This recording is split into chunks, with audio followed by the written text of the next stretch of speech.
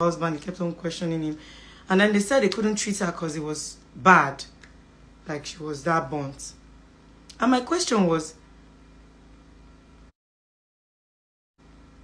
if you helped her immediately, the fire, I don't know what transpired downstairs because me, I was upstairs.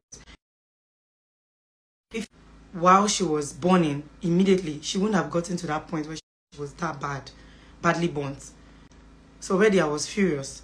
And then they said we should drive to a hospital named, forgotten the hospital, is around Bamandesaya. So immediately I told him I was going to drive, and I entered the car and I kept on driving. What she was screaming was, I need to get to the hospital on time. Please drive fast. I'm burning. I can't see. And when I got to the hospital, there again, they said no. They were not going to treat her because she was badly burned. There were no veins to inject her with. You know, there were no veins. She had no veins and she's badly burnt. All through that time, all he kept on asking me was, I need your phone. I want to call someone. And I'm like, this is not the time for that. This is not the time to be, you know, asking me for a phone to call anybody right now. Like, this is a matter of life and death. And he was like, I should shut up. Like, he doesn't, like, why am I shouting at him? Like, he doesn't even know me. What's my business? I'm like, it's my business because I was there. I was in the house and I'm the one driving her to the hospital. So why are you shouting at me? Past that, they told us to go to another hospital. And then I drove out of the hospital. I drove to the second and the third, the fourth, the fifth. We went to Evercare said they were not going to treat her. And I was like, let's hurry up to another hospital. I was even telling him, okay, let's hurry up. Why are you delaying? Let's hurry, because he was outside of the car. He was like, he's not going anymore. He's tired. He's not going to go anymore. He wants to go home. He wants to do something. His phone is not with him. It's this and that. I was like, I don't understand. You want to leave me with your wife? Like, how are you going to leave me with your wife? It's not possible. And then he said, why am I shouting at him if I'm stupid? Even in Evercare, people could see him while he was trying to be violent with me. He was trying to beat me up. And I'm like, please, I don't really have time for it. If you don't want to go, if you don't want to take her to the hospital, because at this is not my car, it's yours. And I can't leave her. She's badly burnt. I can't leave her. And he said, oh, where are we going to? Then they said we should go to, I think, Ikoyi or Bagada. And then I took her to my hospital, which is Premier. And Premier said they couldn't still. That was like the 7th or the 8th hospital already. This was around 10 p.m. in the night. While driving out of phase 1, I was going to Bagada. He told me to stop the car. Like, stop the car, stop the car, stop the car. And I'm like, why do you want me to stop the car? He said he's not going anymore. Like, why would he continue his journey? After all, she's the one that causes for herself. He's not going to go anymore. And I'm like, I don't understand. Your own wife. You want to leave a stranger with your own wife? And he's like, no, he wants to go. He wants to go. If I should come down from the car. He wants to even take over. Like, he wants to drive because I was the one driving. He wants to drive. I should come down. I should shut up. Am I stupid?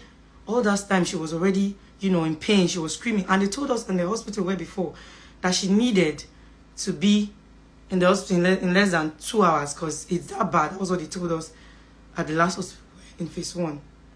I'm like, she has 2 hours. Like, according to what they told me, I was really telling me, she has 2 hours. You can't leave me here. My phone was dead. The only phone I had with me was the other one. My phone is dead. You can't leave me with this lady here. And then he said, I don't understand. Why can't I leave her? Was I the one that burnt her? Blah, blah, blah. Please, I'm going. If you don't want to go, calm down. Blah, blah. You can take her or you guys can go by yourself. I'm like, Jesus, this was past 10. In the night, just around phase 1 roundabout. And then she kept on crying and she was like, please take me to the hospital. I don't want to die.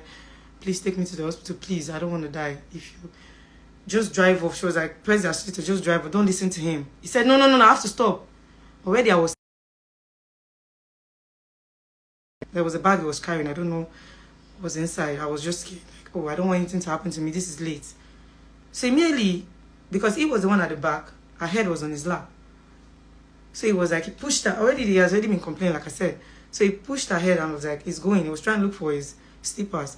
Immediately he came down, because he came down to look for the other leg of his palm. So immediately he came down. All she told me was, just drive off, because he wanted us to turn back, literally. Because he already said it, I should go back, or like he's not going anymore, he needs to take the car. It was like he wants to go like the other leg of his palm. So immediately he came down. All she told me was, just drive off, because he wanted us to turn back, literally. Because he already said it, I should go back, or like he's not going anymore, he needs to take the car. He was like, he wants to go back. How can you take a burnt person back to the house, all the way from phase 1 back to Kota Villa Estate? Like, I don't understand. And they already told you she was going to die.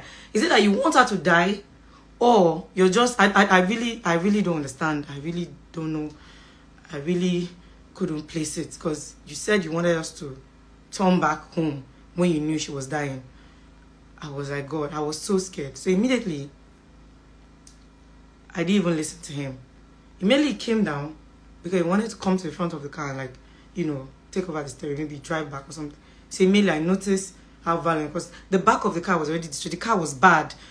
Literally, this car was bad. The back glass was already damaged. I don't know what happened before I got to the house. The back glass was damaged. The front was bad. The boot was not even closing up.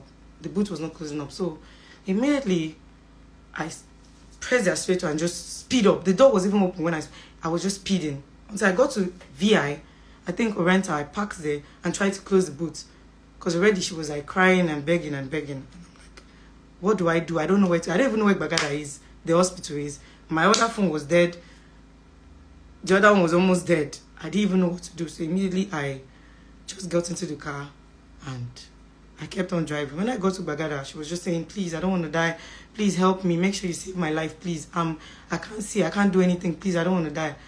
And glory be to God, we got to the hospital. The funniest thing here, I even thought it was going to come meet me at the hospital later on or something. I don't know. It didn't come. I waited there for like an hour plus. Then immediately the family showed up and they took over.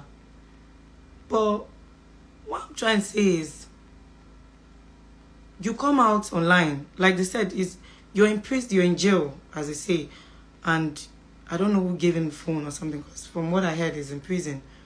And then you come and write that kind of thing you wrote this morning, knowing fully well that you didn't even care when she was dying. What if you left her with a stranger? He didn't even know me. That was like the second time I've seen him. Like, he didn't even know me.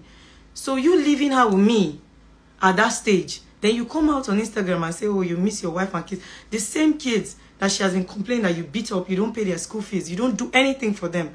So how does it even make sense? So I really can't even place it. Like, this guy was going to beat me up in that car if I didn't even turn back. This guy was shouting, screaming.